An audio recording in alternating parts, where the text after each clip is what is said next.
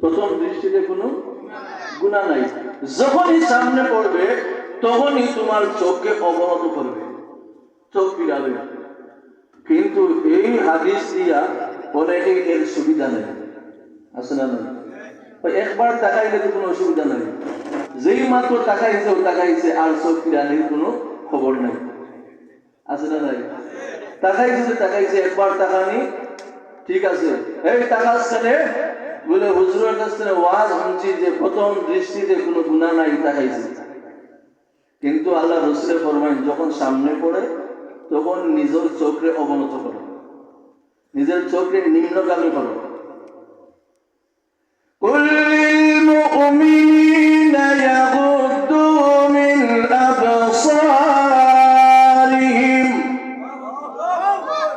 আল্লাহ রাব্বুল আলামিন ফরমায়, হে রাসূল আপনি জানাইয়া দেন মুমিনদেরকে তাদের চোখের দৃষ্টি যেন নিচের দিকে রাখে। আর বলুন সুবহানাল্লাহ। এবার আসেন মহিলাদের কথা। ওয়া কুল্লিল মুমিনিনা ইয়াগুদ্দু মিন আবসারিহিন্না। এবং মুমিনা মেয়েদেরকে বলুন তারা যেন তাদের চোখের দৃষ্টিকে অবনত করে, নিচের দিকে রাখে।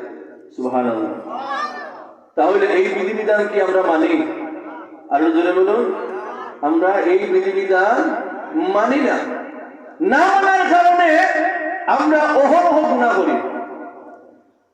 চোখের জিনা হচ্ছে দেখা, চোখের জিনা হচ্ছে দেখা, মুখের জিনা হচ্ছে কথা বলা, কানের জিনা হচ্ছে কথা শোনা, হাতের জিনা হচ্ছে ধরা, পায়ের জিনা হচ্ছে হাঁটিয়ে যাওয়া।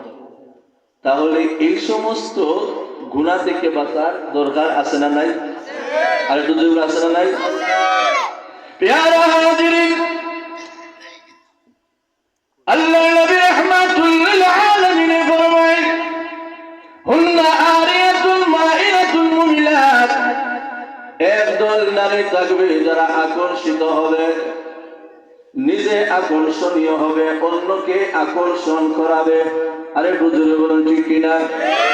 এমন পোশাক পরিধান করে যেই পোশাক ইসলামে সমর্থন করে না। কিন্তু কুরআনুল কারীমের মধ্যে আল্লাহ রাব্বুল আলামিন জানাইয়া দিয়েছেন, ও দুনিয়ার মানুষেরা শোনো, তুমি যখন ঘর থেকে বের হইবা তোমার সমস্ত শরীর ঢাকিয়া বের হইবা। জোরে বলুন সুবহানাল্লাহ। সমস্ত শরীর ঢাকিয়া মাথার তালু থেকে নিয়ে পায়ের তালু পর্যন্ত তুমি ঢাকিয়া চলবা। এই বিধানটা দেয়া হচ্ছে আল্লাহ রাব্বুল আলামিন এই বিধান দিয়েছেন। প্রয়োজনে হাতের এই কবজি পর্যন্ত, মুখের এই চেহারা পর্যন্ত আপনি খোলা রাখতে পারেন, অন্যথায় আপনার শরীরে অন্য কোনো অঙ্গ খোলা রাখতে পারবেন না। এখন তো দেখা যায় যে মাথার তো কাপড় নাই, আবার পিঠেও কাপড় নাই, আবার এই হাতের মধ্যে কাপড় নাই, আছে না? সব জায়গায় নাই, কিছু কিছু জায়গায় দেখা যায়। আগে আমরা বক্তব্য পড়তাম